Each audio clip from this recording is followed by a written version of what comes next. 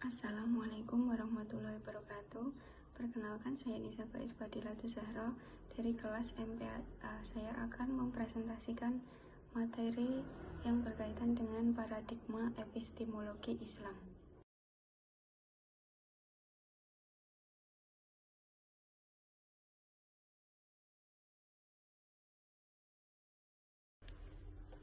Masuk pada materi pertama, yaitu hakikat epistemologi Islam. Epistemologi Islam adalah cara pandang Islam dalam memahami pengetahuan, mulai dari asalnya, cara mendapatkannya, hingga bagaimana kebenarannya diuji.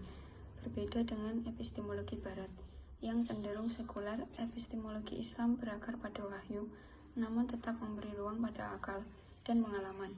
Jadi kebenaran dalam Islam bukan hanya rasional, tapi juga bersifat transendental. Selanjutnya, sumber pengetahuan dalam Islam.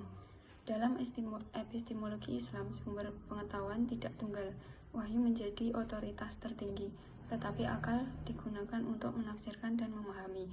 Indra membantu manusia mengenali realitas empiris, sementara intuisi atau hati berperan dalam menangkap kebenaran yang bersifat spiritual. Jadi Islam mengintegrasikan rasional, empiris, dan spiritual sekaligus. Selanjutnya, karakteristik epistemologi Islam. Ciri utama epistemologi Islam adalah integrasi. Tidak ada dikotomi antara ilmu agama dan ilmu umum. Sementara ilmu harus membawa manusia kepada kebaikan dan pengenalan terhadap Tuhan. Selain itu, ilmu dalam Islam tidak bebas nilai, tetapi harus mengandung etika dan tanggung jawab moral.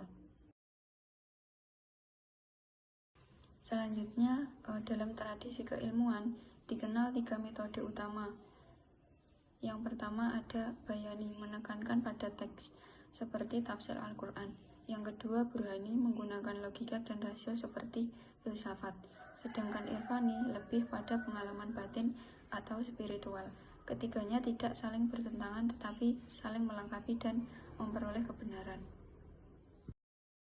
Selanjutnya, kriteria kebenaran. Kebenaran dalam Islam tidak hanya dilihat dari satu sisi.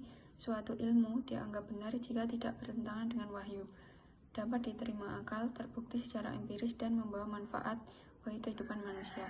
Ini menunjukkan bahwa epistemologi Islam sangat komprehensif. Adapun juga perbandingan dengan epistemologi Barat. Perbedaan utama terletak pada sumber utama pengetahuan. Barat lebih menekankan rasio dan pengalaman, sedangkan Islam menempatkan wahyu sebagai dasar. Selain itu, dalam Islam, ilmu selalu terikat dengan nilai, sementara dalam paradigma Barat sering dianggap netral atau bebas nilai. Yang terakhir, implikasi dalam pendidikan Islam. Dalam pendidikan, epistemologi Islam menuntut integrasi ilmu, bukan pemisahan. Tujuannya bukan hanya mencerdaskan secara intelektual, tetapi juga membentuk manusia yang utuh, beriman, berilmu, dan berakhlak. Inilah konsep insan kamil, yaitu manusia sempurna menurut perspektif Islam.